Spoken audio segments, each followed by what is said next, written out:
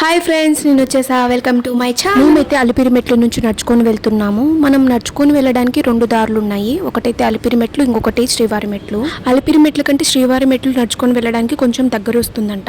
కానీ ఎప్పుడు శ్రీవారి మెట్ల నుంచి నడుచుకొని వెళ్ళలేదు, అలిపిరి మెట్ల నుంచి నడుచుకొని వెళ్ళాను. ఇంకా అలా మనం నడుచుకొని వెళ్తుంటే మనకు ఒక పెద్ద రాయి కనిపిస్తుంది కదా, దీన్ని తలయేరు గుండు అంటారు. ఎవరికైనా మోకాలు నొప్పులు ఉంటే మన మోకాల్ని అలా ఆనిస్తే మనకు మోకాలు నొప్పులు తగ్గుతాయని నమ్ముతారు. మొత్తం అలిపిరి మెట్లు 3550 మెట్లు ఉంటాయి. 10 కిలోమీటర్ల దూరం ఉంటుంది. 7:45కి అయితే మేమైతే నడవడం మొదలు పెట్టాము. 12:30కంతా చేరుకున్నాము. మాకైతే 4:30 గంట టైం పట్టింది. మధ్య మధ్యలో రకరకాల ఫుడ్ ఉంటుంది. తింటూ వెళ్ళామంటే మనం నడుచుకొని వెళ్ళడానికి కొంచెం శక్తి ఉంటుంది. ఇంకా తిరుమలను ఏడుకొండల వాడు అని కూడా పిలుస్తారు, ఎందుకంటే ఆయన ఆలయం 7 కొండల పైన ఉంటుంది కాబట్టి. మధ్య మధ్యలో మనం నడుచుకొని వెళ్ళేటప్పుడు ఒక్కరు గోవిందా గోవిందా అంటే ఇంక అందరూ గోవిందా గోవిందా అంటూ నడుచుకొని వెళ్తారు. కొంతమంది ఇలా మెట్టుకి బొట్టు పెట్టుకుంటూ వెళ్తారు, ఎందుకంటే వాళ్ళు దేవుణ్ణి ఏదైనా వరం అడిగితే అది జరిగితే ఇలా మొక్కుకుంటారు, మెట్టుకి బొట్టు పెట్టుకొని వస్తాము అని. నాకైతే తిరుమల కథ కొంచెం తెలుసు, అదే మీకు చెప్తాను. కలియుగంలో మానవులకి ఎక్కువ కష్టాలు ఉండడం వల్ల అవి తొలగించడానికి శ్రీ మహావిష్ణువు రూపంలో భూమిపైకి దిగివచ్చారు. ఇంకా తిరుమలలో శ్రీనివాసుడిగా కొలువై ఉన్నారు. ఇంకా శ్రీనివాసుని కళ్యాణం ఎలా జరిగిందంటే, ఒకసారి శ్రీనివాసుడు వేటకై అడవికి వెళ్లారు. ఆకాశరాజు కుమార్తె అయిన పద్మావతిని ప్రేమించి వివాహం చేసుకున్నారు. వివాహ ఖర్చు కోసం శ్రీనివాసుడు కుబేరుడి వద్ద అప్పు చేశాడు. ఇంకా భక్తులు ఎప్పటి నుంచో ఆయన హుండీలో కానుకలను సమర్పించుకున్న దేవుని అప్పు అయితే తీరలేదు.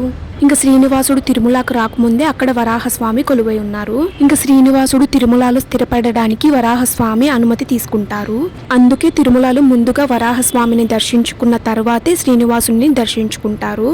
ఇదే నాకు తెలిసిన ఒక చిన్న కథ. ఏమైనా తప్పులుంటే నన్ను క్షమించండి. మేము నడుచుకొని వెళ్తుంటే మాకైతే జింకలు కనిపించాయి. ఇంకా మేము వీడియోస్ తీస్తుంటే ఇవి దగ్గరకు వస్తున్నాయి, ఏమైనా ఫుడ్ పెడతాము అని. ఇంకా అలా వీడియోస్ ఫొటోస్ తీసుకున్నాము. ఇంకా వీటిని ఏమంటారు నాకైతే తెలియదు. చూడ్డానికైతే ఉడతలాగా ఉంది. ఒక ఆయన మామిడికాయ ఇస్తే తీసుకొని తింటుంది. ఇంకా తిరుమలకి మనం నడుచుకొని వెళ్ళేటప్పుడు ఎటు చూసినా చెట్లే ఉంటాయి. ఆ పచ్చదనం, ఆ చల్లగాలి చాలా బాగుంటుంది. ఇంకా మనం నడుచుకొని వెళ్ళేటప్పుడు దేవుణ్ణి స్మరించుకుంటూ ఉంటే మనకు కాళ్ళ నొప్పులు కూడా రావు. ఎప్పుడైనా గుర్తు పెట్టుకోండి, మనం నడుచుకొని వెళ్ళేటప్పుడు ఫాస్ట్ గా టైం లేదని నడుచుకొని వెళ్ళకూడదు. కొంచెం సేపు ఆగుతూ వెళ్ళాలి.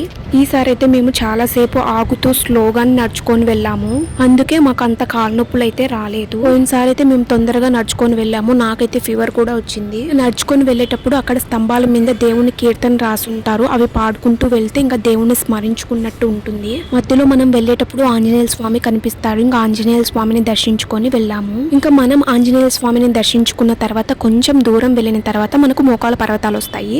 ఇంకా మోకాల మీద కొంతమంది 5 ఎక్కుతారు, 10 ఎక్కుతారు, కొంతమంది 100 ఎక్కుతారు.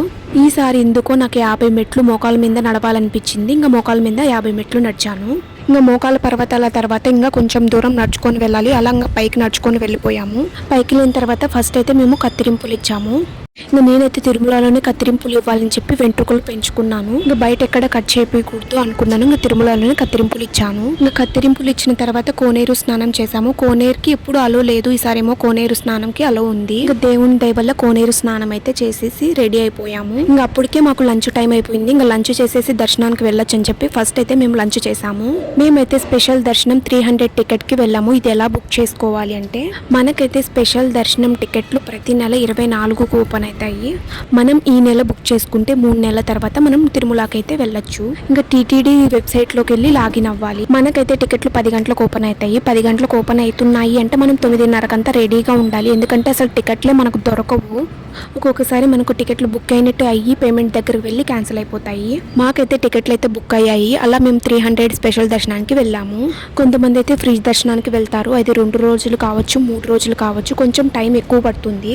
మేము వెళ్ళినప్పుడు అయితే ఫ్రీ దర్శనానికి 2 రోజులు ఈజీగా పడుతూ ఉన్నిందంట. తిరుమలలో అయితే ఎక్కువ మంది జనాలు ఉన్నారు మేము వెళ్ళినప్పుడు, ఎందుకంటే మేము వెళ్ళింది జూన్ లో కదా, ఇంకా హాలిడేస్ ఉంటాయి కదా, అందుకని చెప్పి చాలా మంది వచ్చారు. ఎప్పుడైనా తిరుమలకి వెళ్ళడానికి మేలో జూన్ లో ప్లాన్ చేసుకోకూడదు. రిమైనింగ్ టైంలో అయితే కొంచెం ఫ్రీగా దర్శనం అయిపోతుంది. ఇంకా మేమైతే 300 టికెట్ కి వెళ్ళినప్పుడు క్యూలో ఎవరూ లేరు. ఇంకా సరేలే మాకు తొందరగా అయిపోతుంది అనుకున్నాము. మమ్మల్ని అయితే షెడ్ లో 2 hours కూర్చోబెట్టారు.